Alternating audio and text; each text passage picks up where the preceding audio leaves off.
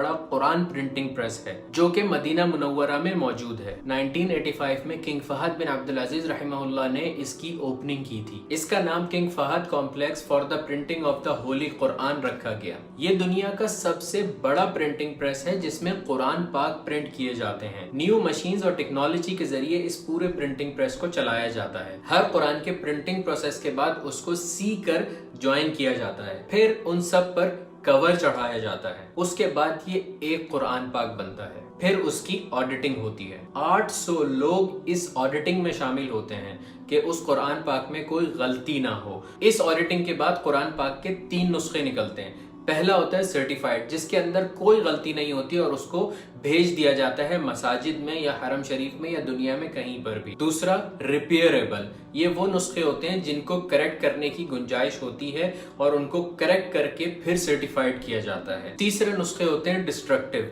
जिनको खत्म कर दिया जाता है ताजीम का ख्याल रखते हुए। इन सब के अलावा इस प्रेस में इस चीज का भी ख्याल रखा गया कि ब्रेल लैंग्वेज में नाबीना लोगों के लिए भी कुरान प्रिंट किए गए। इसकी प्रिंटिंग के बाद भी इसकी ऑडिटिंग होती है और इसकी ऑडिटिंग नाबीना लोगों की टीम करती है। 1985 से लेकर 2019 तक यहाँ पर ऑलमोस्ट 300 मिलियन नुस्खे प्रिंट हो चुके हैं। इसमें 74 लैंग्वेजेस में कुरान पाक की ट्रांसलेशन भी हुई है। ज़ियारत के लिए यहाँ पर हर रोज हुज्जाज किराम आते हैं और उनको जाते वक्त कुरान गिफ्ट किया जाता है। ये तो हो गए कुरान की प्रिंटिंग, एडिटिंग और उसको जमा करना और उसकी कवरिंग और उसकी ऑडिटिंग।